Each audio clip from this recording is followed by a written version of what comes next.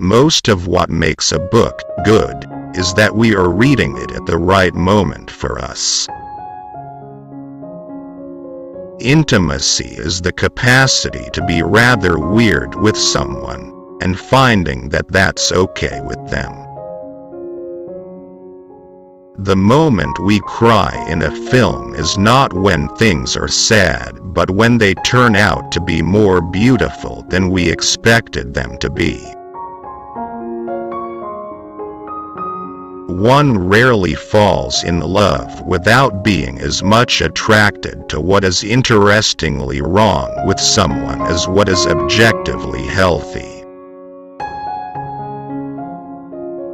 Every fall into love involves the triumph of hope over self-knowledge. We fall in love hoping we won't find in another what we know is in ourselves: all the cowardice, weakness, laziness, dishonesty, compromise, and stupidity. We throw a cordon of love around the chosen one and decide that everything within it will somehow be free of our faults. There is no such thing as work-life balance. Everything worth fighting for unbalances your life to one's enemies. I hate myself more than you ever could. Anyone who isn't embarrassed of who they were last year probably isn't learning enough. We are all more intelligent than we are capable, and awareness of the insanity of love has never saved anyone from the disease. A good half of the art of living is resilience.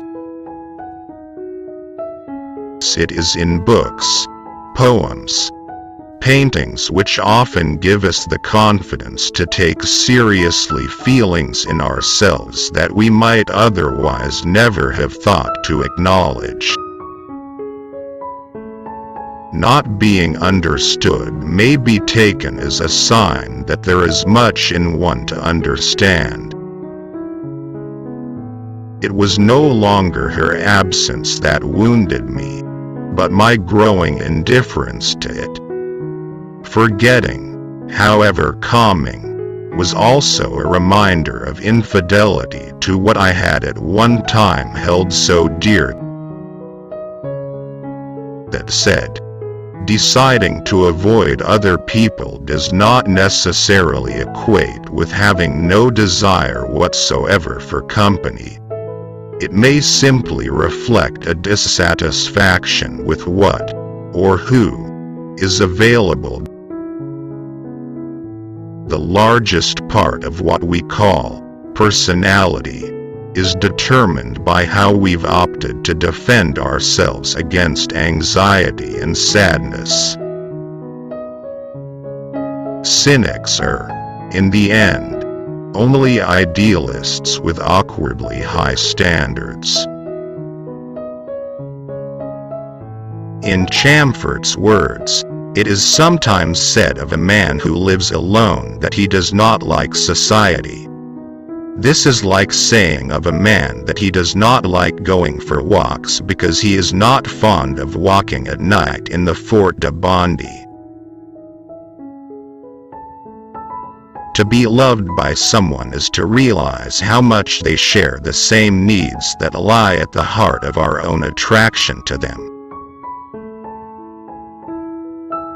Albert Camus suggested that we fall in love with people because, from the outside, they look so whole, physically whole and emotionally together, when subjectively we feel dispersed and confused.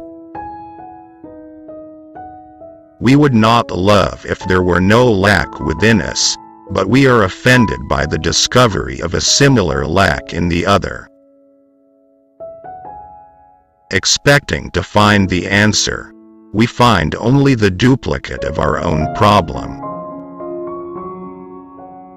The largest part of what we call personality is determined by how we've opted to defend ourselves against anxiety and sadness. People only get really interesting when they start to rattle the bars of their cages. We fall in love because we long to escape from ourselves with someone as beautiful, intelligent, and witty as we are ugly, stupid, and dull.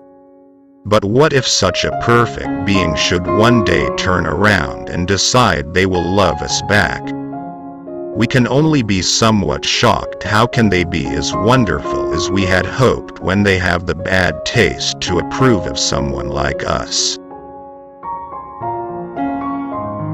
You normally have to be bashed about a bit by life to see the point of daffodils, sunsets, and uneventful nice days. A good half of the art of living is resilience. The more familiar two people become, the more the language they speak together departs from that of the ordinary, dictionary-defined discourse. Familiarity creates a new language, an in-house language of intimacy that carries reference to the story the two lovers are weaving together and that cannot be readily understood by others. The difference between hope and despair is a different way of telling stories from the same facts.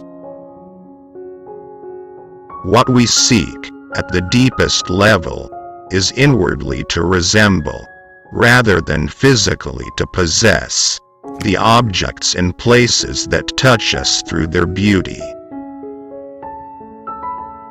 Journeys are the midwives of thought.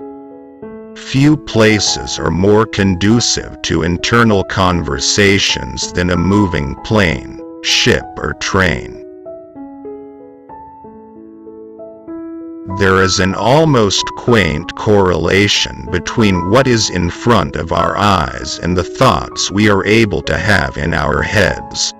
Large thoughts at times requiring large views, new thoughts, new places. The mind may be reluctant to think properly when thinking is all it is supposed to do. At the end of hours of trained dreaming, we may feel we have been returned to ourselves. That is, brought back into contact with emotions and ideas of importance to us. Do you love me enough that I may be weak with you? Everyone loves strength, but do you love me for my weakness? That is the real test. It seemed an advantage to be traveling alone. Our responses to the world are crucially molded by the company we keep, for we temper our curiosity to fit in with the expectations of others. Booksellers are the most valuable destination for the lonely, given the numbers of books written because authors couldn't find anyone to talk to. Being closely observed by a companion can also inhibit our observation of others. Then, too, we may become caught up in adjusting ourselves to the companion's questions and remarks, or feel the need to make ourselves seem more normal than is good for our curiosity. The pleasure we derive from journeys is perhaps dependent more on the mindset with which we travel than on the destination we travel to.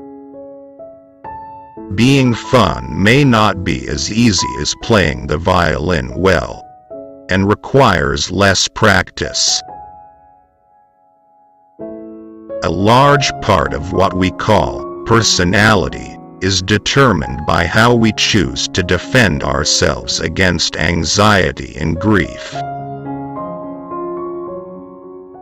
Travel agents would be wiser to ask us what we hope will change our lives than simply asking where we want to go. The biggest reason that a book is good is because we read it at the right time. Perhaps when our lives are at their most problematic, we tend to be most receptive to beautiful things. Never be a writer. It was a nightmare. I feel that the big challenge of our time is communication. From my father paid for my education. Then he explained that I was alone. Intimacy is the ability to be a little weird with someone and find that it doesn't matter to them. We don't really learn things well until there's a problem, until we're in pain, until something fails and doesn't work out the way we expected. We suffer, so we think. Booksellers are the most valuable destination for lonely people, given the sheer volume of books written because authors can't find anyone to talk to. Anyone who isn't ashamed of their past may not have learned enough.